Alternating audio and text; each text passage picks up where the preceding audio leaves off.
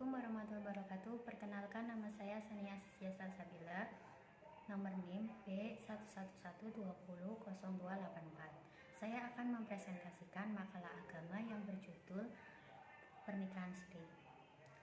Yang pertama ada latar belakang. Hukum perkawinan dalam Islam menganggap bahwa perkawinan adalah sebagai akad antara pria dan wanita sebagai calon suami istri untuk memenuhi hajat jenisnya menurut ketentuan yang diatur dalam syariat. Surat An-Nur ayat 32. A'udzu billahi minasyaitonir rajim. Bismillahirrahmanirrahim. Wa ankihul aymana minkum wassolihina min ibadikum wa imaikum iyakunu fuqara ayyuhnihimullahu min fadli wallahu wasi'un alim, yang artinya, dan kawinkanlah orang-orang yang sendirian di antara kamu dan orang-orang yang layak berkawin dan dari hamba-hamba sahaya yang laki-laki dan hamba-hamba sahaya yang perempuan. Jika mereka miskin, maka Allah akan memampukan mereka dengan karunia-Nya, dan Allah akan maha luas pemberiannya, lagi maha mengetahui. Perkawinan adalah akad antara calon suami dan calon istri untuk memenuhi hajat kelamin yang diatur oleh syariat.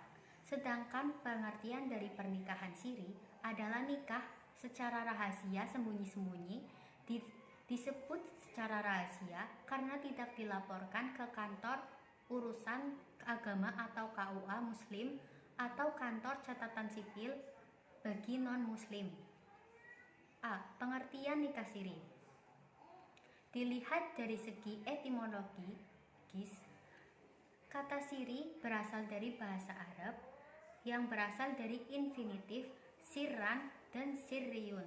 Secara etimologi, kata sirran berarti secara diam-diam dan tertutup, secara batin dan di dalam hati. Sedangkan kata sirriyun berarti secara rahasia, secara sembunyi-sembunyi atau misterius. Jadi, nikah siri artinya pernikahan yang dirahasiakan dari pengetahuan orang banyak.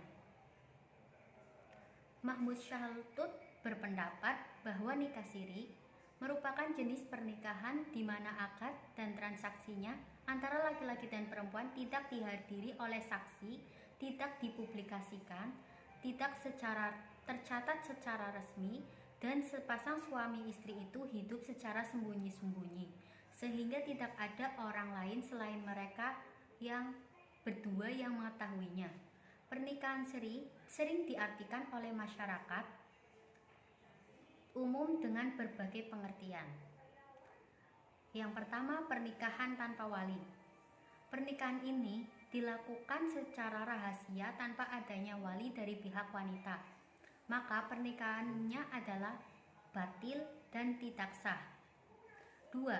Pernikahan yang dilakukan dengan adanya wali dan terpenuhinya rukun dan syarat-syarat lainnya, dengan kata lain bahwa pernikahannya yang sah menurut agama namun tidak dicatat oleh petugas resmi pemerintah. Yang ketiga, pemerintah yang dirahasiakan karena pertimbangan tertentu. Nikah siri tidak hanya dikenal pada zaman sekarang, tapi nikah siri dikenal juga pada zaman sahabat Umar bin Khattab pada saat beliau diberitahu bahwa telah terjadi pernikahan yang tidak dihadiri oleh saksi, hanya seorang laki-laki dan perempuan. Beliau berkata, "Ini nikah siri, saya tidak memperbolehkannya, dan sekiranya saya tahu lebih dahulu, maka pasti akan saya ranjam." A. Faktor pendorong terjadinya nikah siri. Yang pertama, karena kedua pihak belum siap meresmikannya atau meramaikannya. Namun, di pihak lain, untuk menjadi agar tidak terjadi hal-hal yang tidak diinginkan atau terjerumus kepada hal-hal yang dilarang agama. Yang kedua, karena faktor biaya. tidak mampu membayar biaya penataan nikah maupun resepsi. Yang ketiga, karena takut ketahuan melanggar aturan yang melarang pegawai negeri nikah lebih dari satu. B. Nikah siri ditinjau dari perspektif hukum Islam dan peraturan perundang-undangan yang berlaku. Yang pertama, menurut hukum Islam, pernikahan yang syarat dan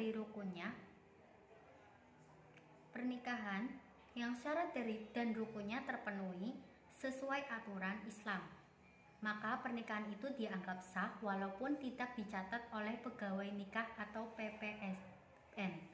Hal ini dikuatkan dengan pasal 2 ayat 1 Undang-Undang Perkawinan Nomor 1 1974 yang berbunyi, perkawinan adalah sah apabila dilakukan menurut hukum masing-masing dan kepercayaan itu. 2. Menurut Undang-Undang Perkawinan Nomor 1 Tahun 1974, pasal 2 ayat 2 berbunyi, tiap-tiap perkawinan dicatat menurut peraturan perundang-undangan yang berlaku. 3. Menurut KUH Perdata, bab keempat, perkawinan bagian ke-1 nomor 27 menyatakan bahwa dalam waktu yang sama, seorang laki-laki hanya diperbolehkan mempunyai seorang perempuan sebagai istri, dan seorang perempuan hanya diperbolehkan mempunyai seorang laki-laki sebagai suaminya. Yang keempat, menurut kompilasi hukum Islam, pada pasal 4, pasal 5, pasal 6 ayat 1, pasal 6 ayat 2, dan pasal 7 ayat 1. C. Akibat dari nikah siri. 1. Pernikahan dianggap tidak sah karena belum dicatat di KUA atau kantor catatan sipil, walaupun menurut agama telah sah. 2. Istri tidak dapat menuntut suami untuk menafkahi baik lahir maupun batin. 3.